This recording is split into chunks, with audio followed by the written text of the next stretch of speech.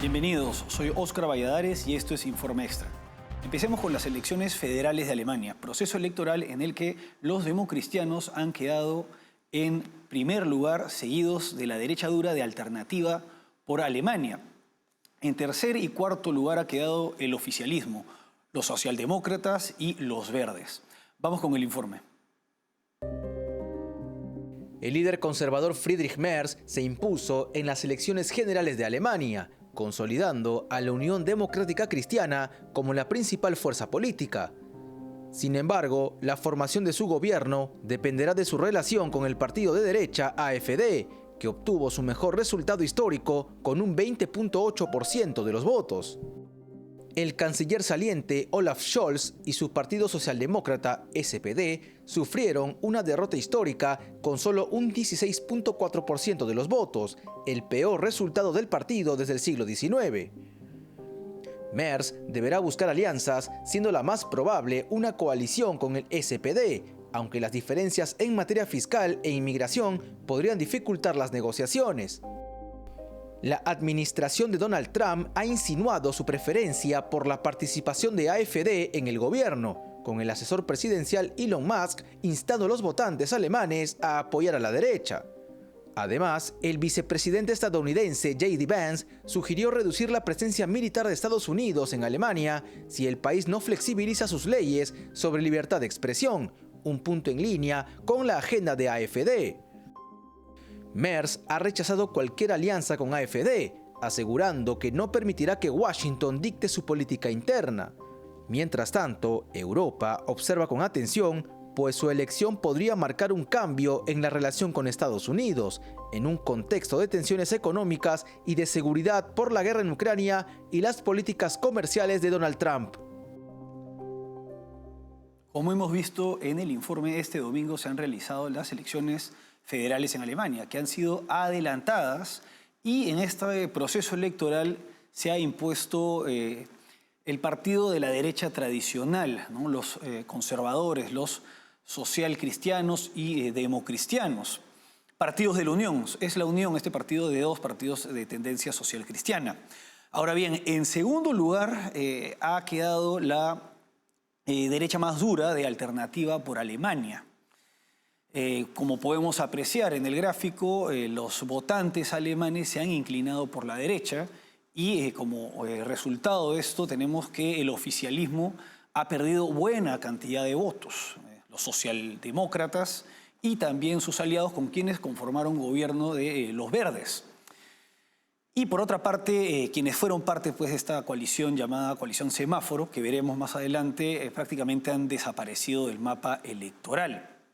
Ahora, estas elecciones son sumamente importantes en el sistema político alemán debido a que con ellas no se elige al presidente, sino a la Cámara Baja alemana, el Bundestag, que es el parlamento en el que se elige al mandatario, tanto al jefe de gobierno, que es el canciller en Alemania, como al presidente, que es el jefe de Estado. Alemania tiene un sistema parlamentarista con jefe de gobierno y jefe de Estado, en el que el presidente, el mandatario, no es elegido como en los sistemas presidencialistas de manera directa o tras unas elecciones a través de un colegio electoral, sino que es elegido mediante acuerdos y alianzas en el Parlamento, en este caso en la Cámara Baja. Otro elemento que distingue al sistema político alemán de los sistemas presidencialistas como el de Estados Unidos o los países hispanoamericanos es la figura del canciller, el jefe de gobierno, quien tiene mucho más peso político que el presidente, que en el caso alemán tiene un rol más ceremonial. En el caso, en este sistema es el canciller el que verdaderamente maneja los hilos de la política del país y es la cabeza pues, del sistema de la administración pública. Ahora, la figura del canciller es sumamente interesante y llama la atención porque generalmente el canciller es en otros países el jefe de relaciones exteriores. Sin embargo, en Alemania es el jefe de gobierno y esto puede ser confuso. Y para entender más o menos de dónde viene hay que retroceder en la historia.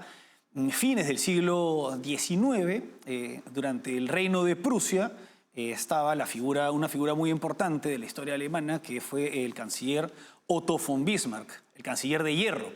Canciller desde 1861 y tras la guerra franco-prusiana que da lugar a la unificación alemana y al imperio alemán, fue a partir de ese año canciller del imperio alemán hasta 1890. La trascendencia histórica del nombre de este cargo y el peso que tuvo en el gobierno hace que actualmente, hasta la fecha, se denomine canciller al jefe de gobierno en Alemania. Siguiendo con la historia, por ejemplo, Hitler empezó como canciller de Alemania, fue designado canciller y bueno, luego de la muerte del presidente, Hitler llega al poder en 1933, en el 34 muere el presidente de entonces, Paul von Hindenburg, y Hitler agrupa todo el poder y se nombra Führer. Otro canciller, otra persona en el cargo de canciller sumamente relevante durante los últimos años ha sido una mujer, Angela Merkel, quien ha estado en el cargo de canciller desde el 2005 hasta el 2021. Precisamente Angela Merkel es quien precede en el cargo a Olaf Scholz del Partido Socialdemócrata. Y bueno,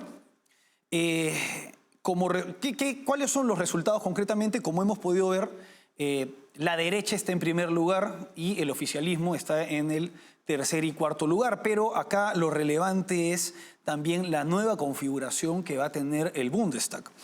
Por lo siguiente, y también antes de ver eso, veamos cómo es que se dan estas elecciones, porque hemos mencionado que se trata de elecciones adelantadas.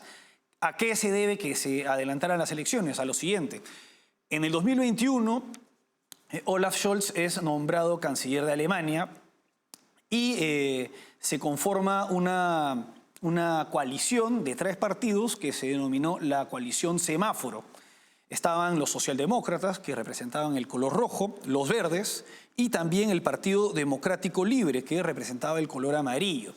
Ellos han conformado el gobierno en este sistema parlamentario. Sin embargo, esta alianza se rompe en noviembre del año pasado a raíz de la destitución del ministro de Finanzas, de nombre Christian Lindner, quien pertenecía al Partido Democrático Libre, y su salida del gobierno de Olaf Scholz marca la ruptura de su partido con la coalición semáforo, el fin de la coalición semáforo. Es de este modo que Scholz pierde pues, la mayoría absoluta necesaria pues, para poder gobernar y plantea cuestión de confianza. En diciembre del año pasado no logra los votos y el presidente de Alemania, que constitucionalmente, Frank-Walter Steinmeier, constitucionalmente tiene que disolver el Parlamento, el Bundestag, y convocar elecciones adelantadas. Es así que se ha realizado este proceso el pasado domingo. Y los democristianos han obtenido el 28% de los votos, ganando 11 escaños. Su líder es Friedrich Merz, quien por lo pronto ha manifestado que no está interesado en unirse al otro partido de derecha, la segunda fuerza política en Alemania, que es Alternativa por Alemania, AfD, quienes han obtenido el 20% de los votos y han tenido una victoria histórica, porque han logrado ganar 69 escaños más de los que tenían antes. Ellos representan el 20% del voto en Alemania. Y en el caso de los socialcristianos, por más de que se mantengan en el tercer lugar, debido a que se trata de un partido histórico de la izquierda tradicional alemana, han perdido 86 escaños y tienen tan solo el 16.40% de los votos. Y por otra parte, bueno, sus aliados, los verdes, tan solo tienen el 11.6% y han perdido 33 escaños. En cuarto lugar está también la izquierda en quinto lugar, perdón, la izquierda de Die Linke, que es la izquierda extrema alemana. Se traduce Die Linke como la izquierda. Y bueno, como lo hemos mencionado, por lo pronto, como se puede apreciar, los votantes alemanes se han inclinado por la derecha y han dejado de lado al oficialismo.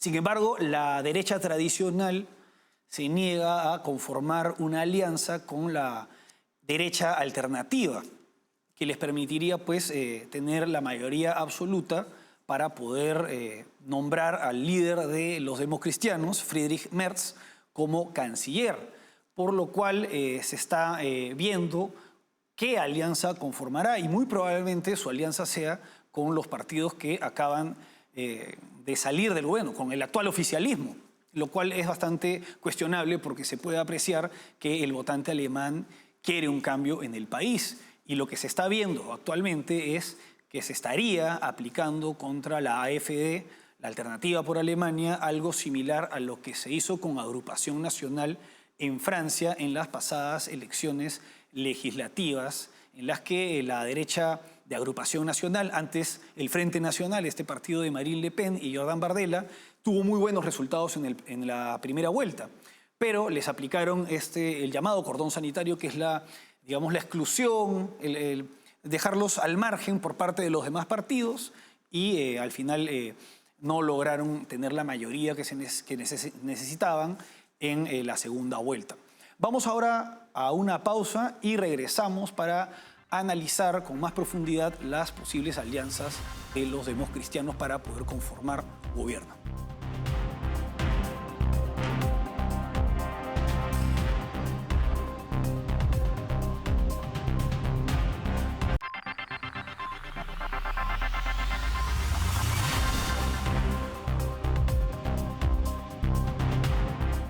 Seguimos el informe extra analizando los resultados de las elecciones federales anticipadas de Alemania.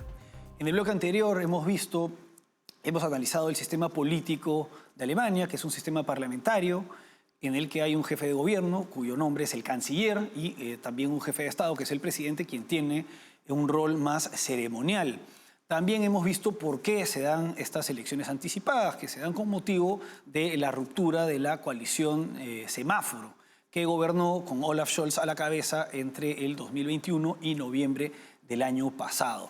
Ahora, la derecha ha tenido los mejores resultados en estas elecciones. Los dos principales partidos, los partidos más votados son la derecha tradicional, los democristianos, liderados por Friedrich Merz, quien seguramente será elegido próximo canciller de Alemania, y también la derecha alternativa de Alice Weidel. La derecha alternativa ha tenido muy buenos resultados en la zona oriental de Alemania, precisamente la zona que padeció lo que fue la República Democrática Alemana, la Alemania comunista. Y bueno, pues es un partido bastante de derecha dura y por tanto bastante antiizquierdista, y por ello se entiende que una población que padeció de una dictadura socialista durante varias décadas, sin libertades y empobrecidos, prefieran inclinarse pues, por partidos de una derecha más dura y contraria al lado, tanto a los partidos de izquierda radical, evidentemente, como a la izquierda más tradicional, a los socialdemócratas que han estado gobernando, tanto el Partido Socialdemócrata como los Verdes, que son un partido socialdemócrata que pone más énfasis en el aspecto de la lucha por el medio ambiente. Ahora, por lo pronto, Friedrich Merz, el líder de los democristianos, ha manifestado que está en contra de una alianza de formar gobierno con Alternativa por Alemania, porque se acusa a este partido de ser una organización política de tendencia fascista o heredera de los nazis. Sin embargo, su lideresa no encaja en el perfil de una persona que suscriba pues, el nazismo o ideologías de este tipo, por diversos motivos de su perfil como persona y político. El énfasis de este partido es la lucha contra la migración ilegal. La pareja de Alice Weidel es una mujer migrante, pero esto evidencia pues, que no es un partido contra los migrantes, sino contra la migración ilegal. Ahora, lo que se está aplicando, la posición de la derecha tradicional en contra de la derecha alternativa, nos recuerda a lo que se ha aplicado contra la derecha alternativa, digamos, de Francia, Agrupación Nacional, el partido de Marine Le Pen y Jordan Bardella, que tuvo muy buenos resultados en las elecciones legislativas de junio y julio del año pasado, que quedó en primer lugar en la primera vuelta, pero el conjunto de otros partidos políticos se posicionaron en contra, todos contra la Agrupación Nacional, y así evitaron pues, que pudieran formar gobierno, obtener los votos necesarios. Algo similar se estaría aplicando con la alternativa por Alemania. Y estas medidas conducen en los hechos a que se termine beneficiando a la izquierda en sus distintas vertientes. Por lo pronto, también Friedrich Merz ha señalado que estaría dispuesto a conformar gobierno con los socialdemócratas y también con los verdes, lo que implica que no se darían cambios sustanciales en un país que tiene la economía estancada desde hace años, en el que se ha reducido la producción industrial bastante y en el que no se ha podido resolver el tema de la migración ilegal, por lo cual este nuevo gobierno que se pueda conformar puede decepcionar mucho a quienes han votado por la derecha en sus distintas tendencias, con lo cual en una futura elección esto puede beneficiar a Alternativa por Alemania. Vamos ahora a una pausa y regresamos con el tercer aniversario de la guerra de Ucrania.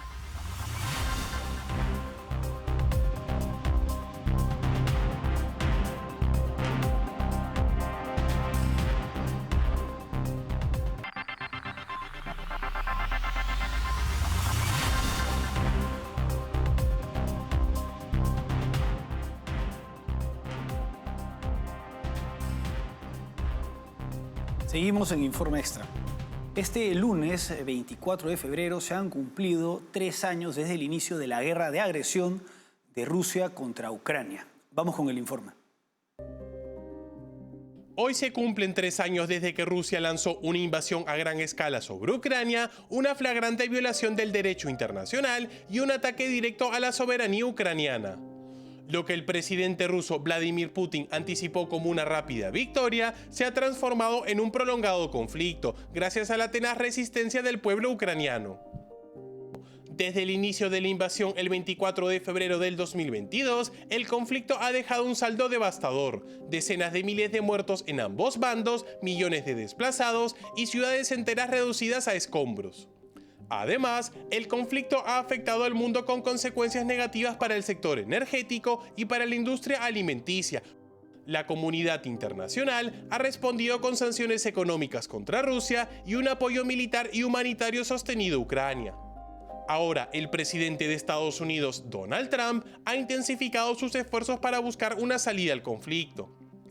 Las negociaciones se están llevando a cabo directamente entre Washington y Moscú, sin la participación activa de Ucrania, y además Donald Trump ha endurecido su lenguaje contra el presidente de Ucrania, Volodymyr Zelensky. Mientras tanto, Rusia ha reafirmado su posición respecto a los territorios anexados. El portavoz del Kremlin, Dmitry Peskov, enfatizó que las regiones como Donetsk, Lugansk y Crimea jamás estarán en venta y se consideran parte integral de Rusia. La comunidad internacional observa con atención los desarrollos, mientras Ucrania sigue defendiendo su soberanía frente a la agresión rusa. Se cumplen 3 años del inicio de la guerra de agresión de Rusia, de la Rusia de Putin, una tiranía contra el gobierno democrático de Ucrania. Ambos bandos ocultan las cifras de sus bajas, sin embargo, se calcula, de acuerdo con diversas fuentes, que las bajas de ambos bandos están cerca del 500.000 de hombres, incluidos muertos y heridos, principalmente heridos. En el caso de Rusia, ellos han tenido más víctimas, no víctimas mortales, sino más soldados muertos en acción, con motivo de que al tener mucho más personal militar, muchos más soldados, Rusia puede intentar, sacrifica hombres para poder avanzar más y penetrar cada vez más en el territorio ucraniano. Es así que van avanzando cada vez más, lento pero seguro, por la zona sureste del país. Ya tienen las regiones de Jersón, Donetsk, Lugansk y Zaporilla.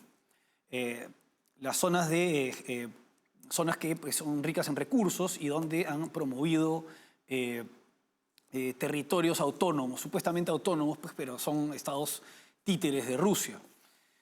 Además de esto, en el 2014 Rusia invadió la península de Crimea, otra acción también injustificable.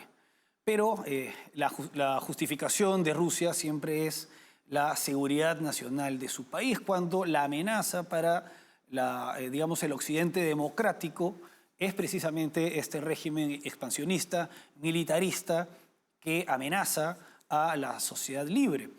Y en este escenario tenemos que hay sectores políticos, digamos, de la extrema izquierda y también de la extrema derecha que simpatizan con Rusia y justifican a Rusia y culpan de esta guerra a Ucrania. Digamos que es la izquierda nostálgica de la Rusia soviética y también la derecha antiglobalista que cree que ser favorables a Putin es ser anti-woke, cuando esto no es así. Entonces acaban culpando, imputando el origen de esta guerra a Volodymyr Zelensky, quien es el mandatario de un país que se está defendiendo.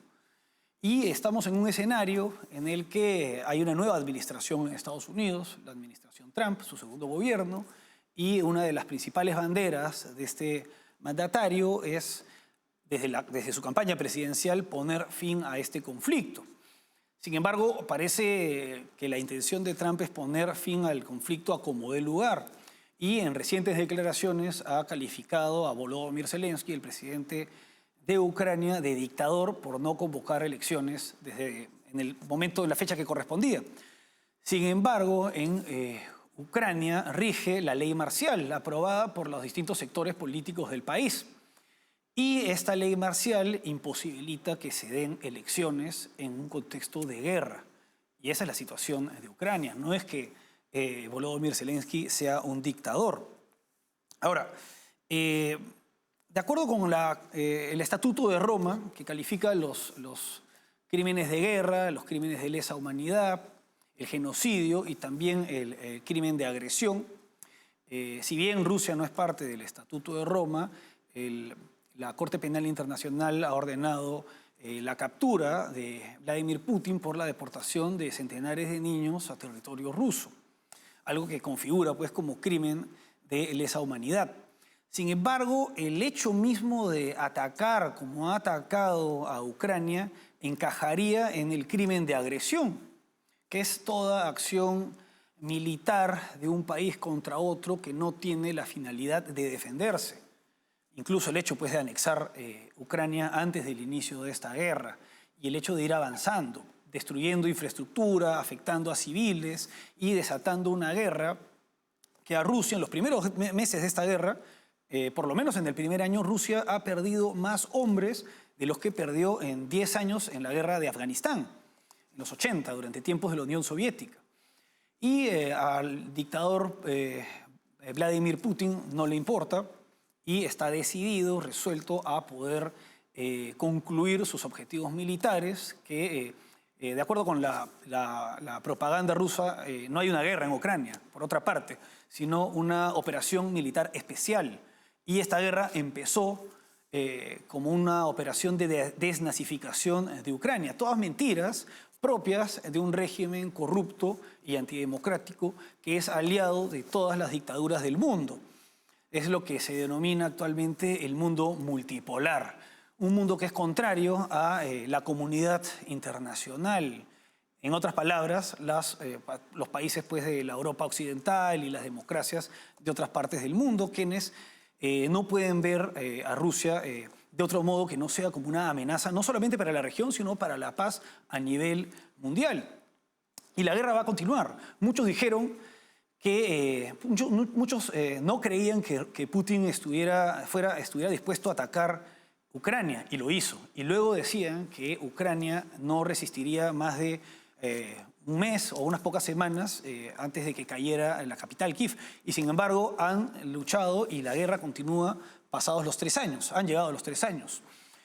En este contexto, los países de Europa Occidental tienen que incrementar su apoyo militar a Ucrania en vista de que Estados Unidos va a dejar de apoyar militarmente a este país.